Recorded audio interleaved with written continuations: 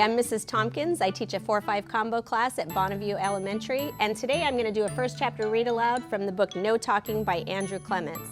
This book is perfect for probably 4th grade and up through middle school, and if you like this book by Andrew Clements, chances are you're going to like other books. They're pretty funny. So No Talking. Chapter 1, Zipped.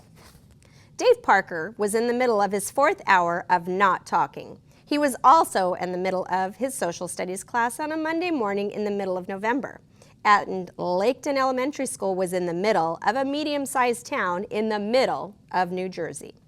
There was a reason Dave was in the middle of his 4th hour of not talking, but this isn't the time to tell about that. This is the time to tell what he figured out in the middle of his social studies class. Dave figured out that not talking is extra hard at school. And the reason, teachers, because at 11:35, Mrs. Overby clapped her hands and said, "Class, class, quiet down." Then she looked at her list and said, "Dave and Lindsay, you're next." So Dave nodded and Lindsay and I stood up. It was time to present their project about India. But giving this report would ruin his experiment because Dave was trying to keep his mouth shut all day. He wanted to keep his lips zipped right up to the very end of the day, to not say one single word until the last bell rang at 10 after 3. And the reason Dave had decided to clam up, but it still isn't time to tell about that. This is the time to tell what he did about the report. Dave and Lindsay walked to the front of the room. Dave was supposed to begin the presentation by telling about the history of India.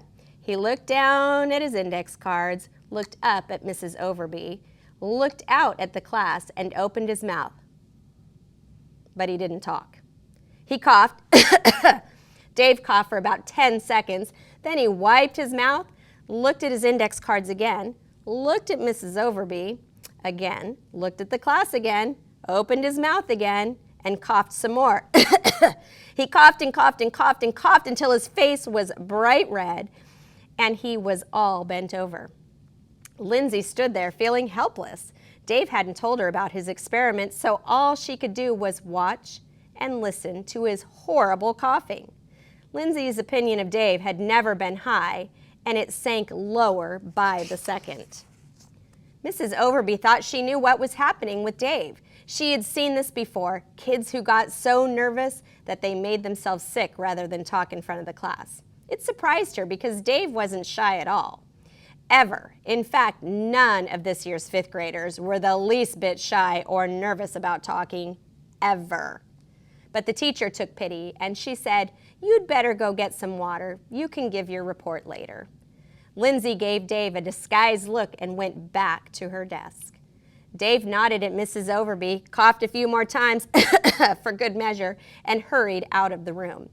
And with Dave out in the hall getting a drink, it's the perfect time to tell why he was in the middle of his 4th hour of not talking and why he had decided to keep quiet in the first place.